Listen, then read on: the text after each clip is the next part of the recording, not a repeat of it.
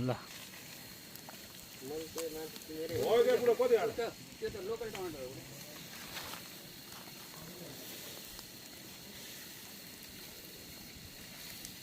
रात पो ल बिस्तारै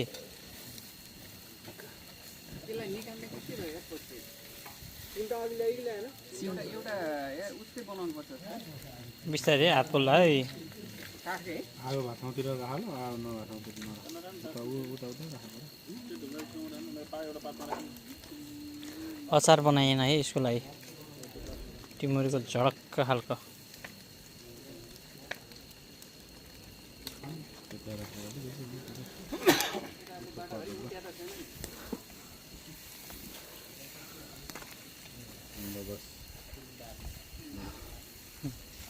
ओके एकलटलाई भयो यति पछि वा कस्तो दामी आयो होला यार ल दामी दामी